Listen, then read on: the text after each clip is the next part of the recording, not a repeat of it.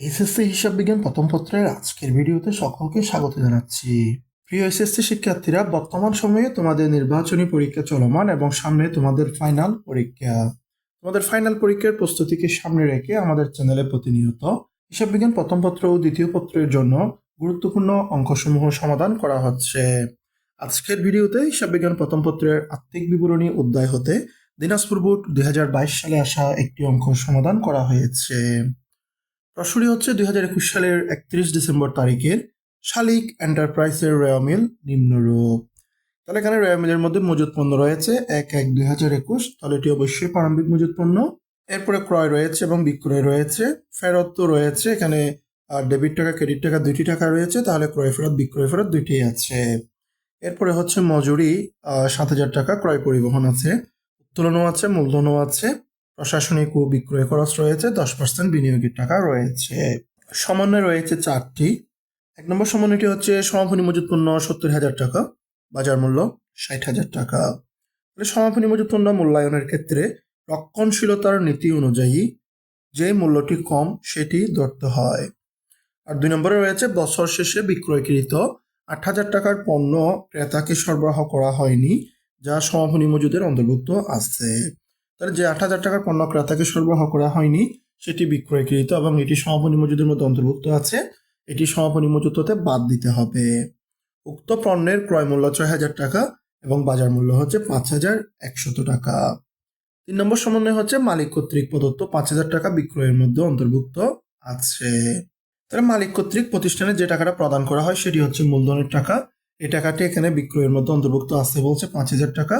তাহলে বিক্রয় থেকে এই 5,000 টাকা এটা বাদ দিতে হবে, আবার মূলধনের সাথে যোগ করতে হবে। 4 নম্বরে হচ্ছে মজুরি অপ্রদত্ত রয়েছে 3,000 টাকা। অপ্রদত্ত অর্থ হচ্ছে সেটা এখনো প্রদান করা হয়নি, অর্থাৎ সেটি বকেয়া রয়েছে। ক, খ, গ 3টি কাজ রয়েছে। প্রথম কাজটি হচ্ছে সমাপনী মজুত পণ্যের প্রকৃত মূল্যের পরিমাণ কত টাকা। ক নম্বর কাজটি হচ্ছে 2021 সালের সমাপ্ত বছরে আয় বিবরণীর মাধ্যমে মোট লাভের পরিমাণ নির্ণয় করো। আর গ নম্বর কাজটি হচ্ছে নেট লাভ 24,000 টাকা ধরে নিয়ে একটি মালিকানা সত্য বিবরণী তৈরি করো।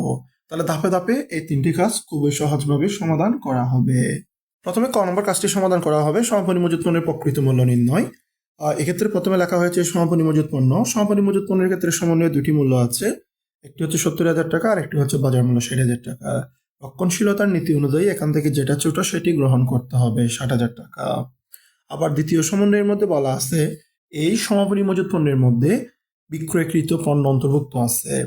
এই পণ্যের মূল্য বিক্রয় মূল্য 8,000 টাকা, ক্রয় মূল্য আছে 6,000 টাকা, বাজার মূল্য আছে 5,100 টাকা।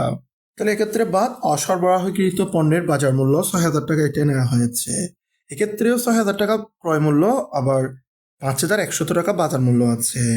এখান থেকে 6,000 টাকা নেওয়া হয়েছে, তার কারণ হচ্ছে 6,000 টাকার পরিবর্তে যদি 5,100 টাকা নেওয়া হতো তাহলে সমাপনী মজুত পণ্য 900 টাকা বেশি দেখানো হতো। এক্ষেত্রে যদি 6,000 টাকা নেওয়া হয় তাহলে সমাপনী মজুত পণ্যের মূল্য কম দেখানো হবে। রক্ষণশীলতা নীতি অনুযায়ী মূল কথাটি হচ্ছে সমাপনী মজুত পণ্য মূল্য কম দেখানো, যেটি নিচে সহায়ক তথ্য বলে লেখা হয়েছে। রক্ষণশীলতার নীতি অনুযায়ী সমাপনী মজুত পণ্য ক্রয় মূল্য ও বাজার মূল্যের যেটি কম সেই মূল্যে মূল্যায়ন করা হয়। যেহেতু অসরবরাহকৃত পণ্যের ক্রয় মূল্য বাজার মূল্য থেকে বেশি, তাই সমাপনী মজুত পণ্য কম দেখাতে অসরবরাহকৃত পণ্যের ক্রয় মূল্য বাদ দেওয়া হয়েছে। তাই 5,100 টাকা বাদ না দিয়ে 6,000 টাকা বাদ দেওয়া হয়েছে। 60,000 টাকা থেকে 6,000 টাকা বাদ গেলে আর 54,000 টাকা থাকে। এটাই হচ্ছে সমাপনী মজুত পণ্যের প্রকৃত মূল্য। এবার খ নম্বর কাজটি সম্পন্ন করা হবে, সেটি হচ্ছে 2021 সালের সমাপ্ত বছরের আয় বিবরণীর মাধ্যমে মোট লাভের পরিমাণ নির্ণয় করো। তাহলে এখানে শুধুমাত্র মোট লাভ পর্যন্ত করলে হবে। মোট লাভ অর্থ হচ্ছে বিক্রয় থেকে বিক্রিত পণ্যের ব্যয় বাদ দেওয়া। বিক্রয় থেকে বিক্রিত পণ্যের ব্যয় বাদ দিলে মোট লাভ চলে আসে। খ নম্বরের সমাধান করার জন্য শালিক এন্টারপ্রাইজ বিশদ আয় বিবরণী এখানে আংশিক লেখা হয়েছে, কারণ মোট লাভ পর্যন্ত করা হবে তাই।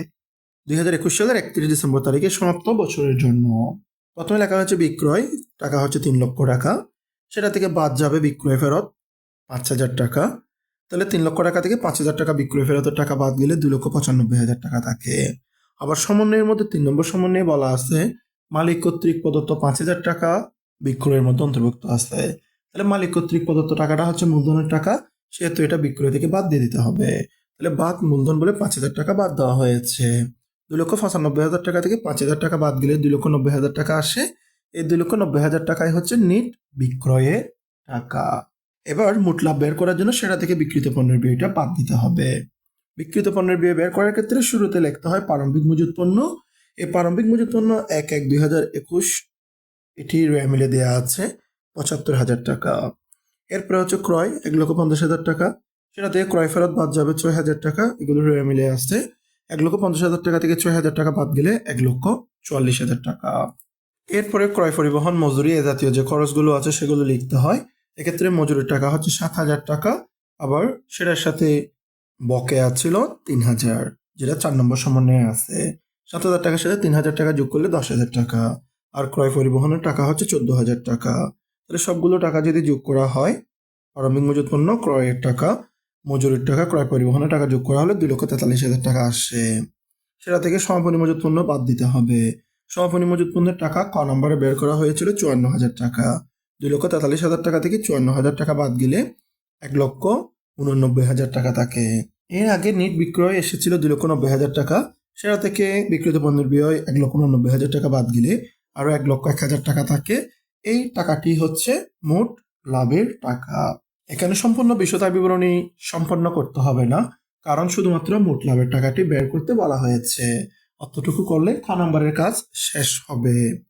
গ নম্বর কাজটি হচ্ছে নেট মুনাফা 24,000 টাকা ধরে শালিক এন্টারপ্রাইজের মালিকানা সত্ত্ব বিবরণী তৈরি করা। তার জন্য গ নম্বরে এসে আরো একটি ছক তৈরি করা হয়েছে। শালিক এন্টারপ্রাইজ মালিকানা সত্ত্ব বিবরণী 2021 সালের 31 ডিসেম্বর তারিখে সমাপ্ত বছরের জন্য।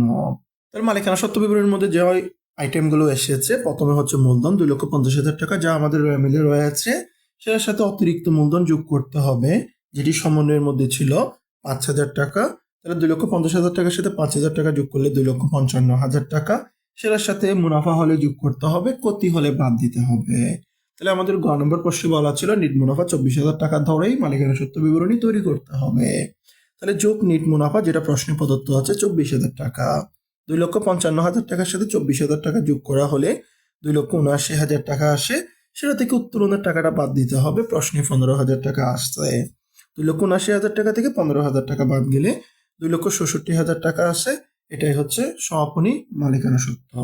অতটুকুই হচ্ছে গ নম্বরের কাজ। তাহলে খ, খ, ঘ তিনটি কাজ ছিল, তিনটি কাজেই সমাধান করা হয়েছে। আমাদের পরবর্তী ভিডিও দেখার আমন্ত্রণ জানিয়ে আজকের ভিডিও এখানে শেষ করছি।